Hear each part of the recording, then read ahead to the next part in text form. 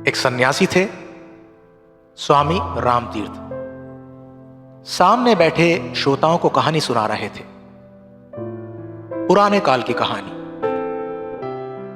घोड़ा तब भी स्वाधीन था, मजे से खाया पिया करता था, घूमता था, क्योंकि तब तक आदमी उसके ऊपर सवार नहीं हुआ था।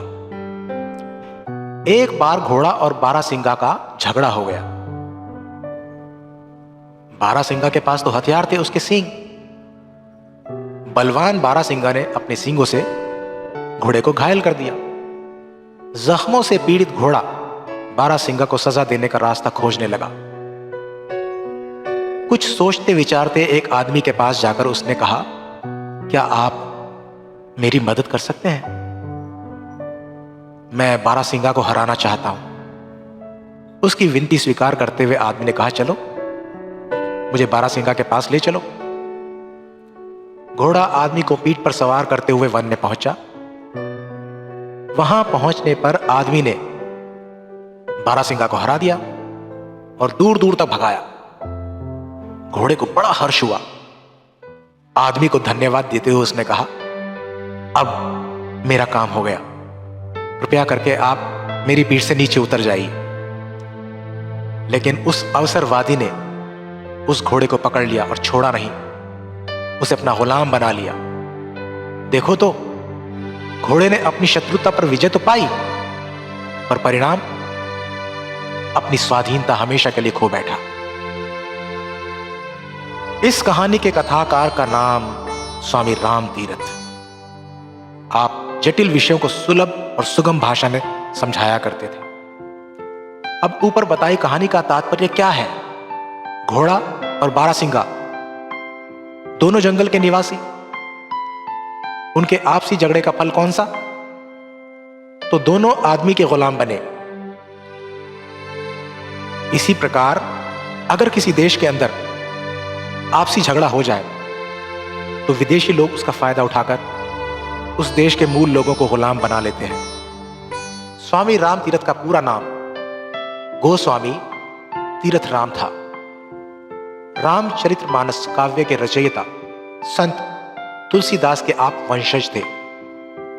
दिनांक 22 अक्टूबर 1873 के दिन दीपावली के शुभ पर्व पर आपका जन्म हुआ। परिवार गरीब था और माताजी आपके बचपन में ही बिछड़ गई थी। कहने का मतलब उनका स्वर्गवास हो गया था। रामतीर्थ का शरीर कमजोर था, किंतु आप बड़े ही बुद्धिमान थे। आपकी स्मरण शक्ति बड़ी तीव्र थी। पंजाब बोर्ड की मैट्रिक परीक्षा में आपने पहला क्रमांक पाया था। पिताजी की इच्छा के विपरीत महाविद्यालय में शिक्षा पाने के लिए आप लाहौर गए। कितनी सारी मुसीबतों का सामना आपने किया। बीए की परीक्षा में आपने सर्वाधिक अंक पाए।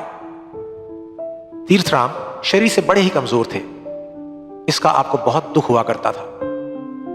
खुली हवा में सैर करना तथा कसरत करना, इनका महत्व अनुभवों से आपने सीख लिया था।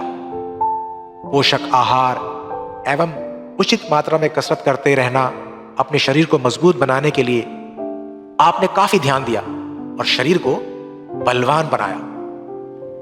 एमए की उपाधि पाने पर भी आपकी लालसा पूरी न हुई।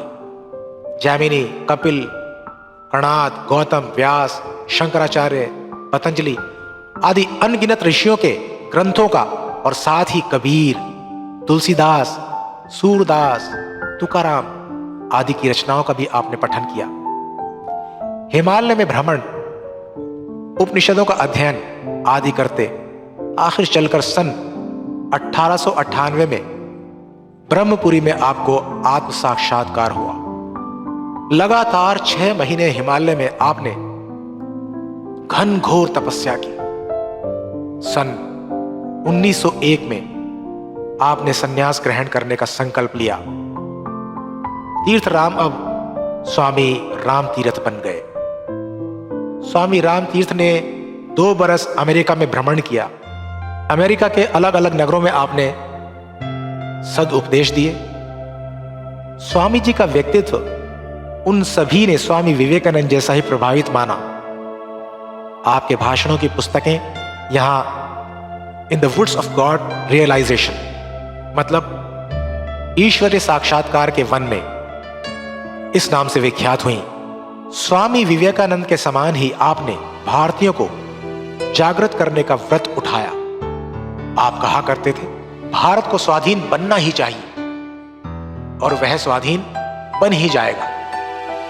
स्वाधीनता प्राप्त होते ही आत्म बलिदान से आगामी 10 वर्षों में अनगिनत राम निर्माण होंगे। वे दुर्बलता एवं अज्ञान हटाएंगे और तब जाकर इस भूमि में नए चैतन्य का संचार होगा। व्यक्ति धर्म की अपेक्षा मातृभूमि की सेवा का धर्म श्रेष्ठ है। स्वदेश की तुलना में जाति, संप्रदाय तथा तत्सम और कुछ बातों का स्थान गौण होता है। स्वामी जी मधुर कथाओं के माध्यम से अपनी बात कहा करते थे। सुख दुख, स्वर्ग नरक आदि बातें बाहर की न होते हुए अपने अंदर की ही हैं। वे अपने कर्मों के ही फल होते हैं। स्वामी जी कहते थे, हमारे सैकड़ों देवता, स्वर्ग नरक आदि सभी हमारे अंदर हैं। जो अगर सत्य जानना चाहते हो तो बाहरी आभास को भूलकर आत्मा की खोज में अंतर्मुख हो जाओ। अपने रोज के जीवन में मनुष्य को परमार्थिक दृष्टि से व्यवहार करना चाहिए। यही तो स्वामी राम तीरथ की सभी कथाओं का सार था।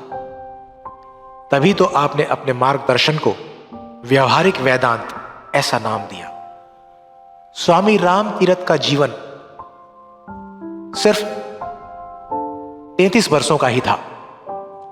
आपके स्वदेश के उत्कर्ष में आस्था थी। आप कहा करते, अरे आखिर भारत माने क्या? मैं ही तो भारत हूं।